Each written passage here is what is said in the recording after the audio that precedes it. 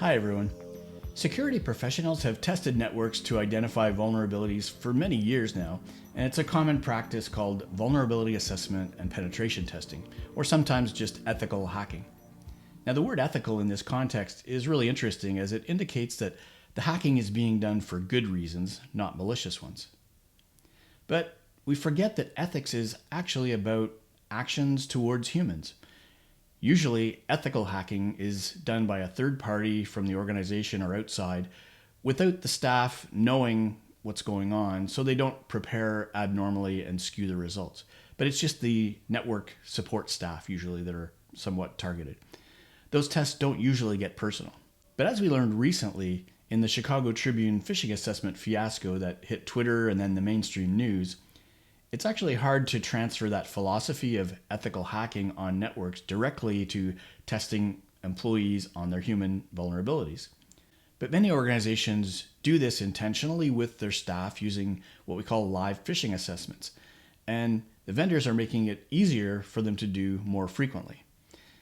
Here are just a few reasons why phishing assessments that use live phishing emails, as many companies do right now, can be ineffective or worse, counterproductive when it comes to employees. There are actually a number of other reasons why you may not get the results you're looking for from ongoing phishing assessments, but I can cover those in another video. These are the issues that I see as being related directly to the human ethics side of phishing assessments. First, employees have emotions, and that's what attackers target to get them to take actions. When we do that intentionally as a test, we're literally playing with people's emotions, which makes them feel like they're being unfairly targeted by their employers. And that's not good for morale, and it can cause distrust of the organization. Secondly, when a person is manipulated with a situation they think is real, you can't really predict how they will react because they're human. When testing networks, a failure might cause system outages or corruption of data, but the limits of damage are pretty predictable. In contrast, as we saw at the Tribune and in other organizations I've worked with, employees may go straight to the media or to law enforcement or some other place you don't expect with public comments or complaints. Or they might even retaliate physically. Nobody knows, and that's a big risk that many organizations don't think about when they deploy live phishing assessments. Thirdly, when management is actively involved in screening phishing messages, the results can actually get skewed because they'll start to forbid any tests that could cause potential backlash or unwanted outcomes.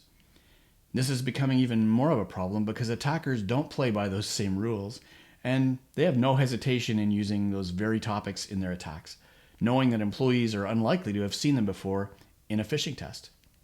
Often the answer coming from a lot of the vendors that sell live phishing assessments is that, well, you need to be really careful about how messages are crafted to be close to those used in real attacks without going over some ethical line.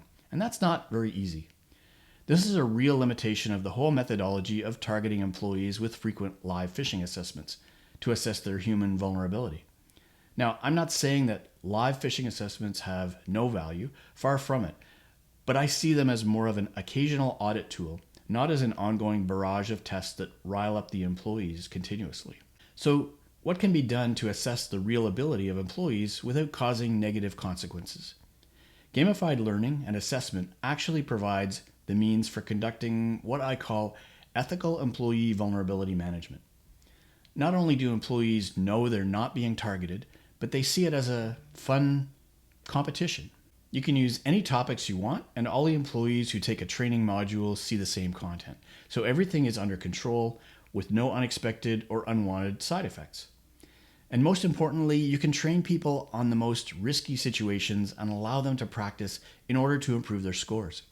Gamification is widely recognized as the most effective way to improve employee engagement, but most solutions don't do it in a positive and deep way that drives engagement and knowledge retention. When gamified learning is used for ethical employee vulnerability management, not only more reliable and meaningful results, but also drives a more positive security culture where employees trust management. To learn how you can implement ethical employee vulnerability management using ClickArmor's active awareness platform for phishing awareness training and assessment, contact me at clickarmor.ca/contact. You can do a free trial with your own private area for a few employees and have a leaderboard to see how well it works and how easy it is to manage.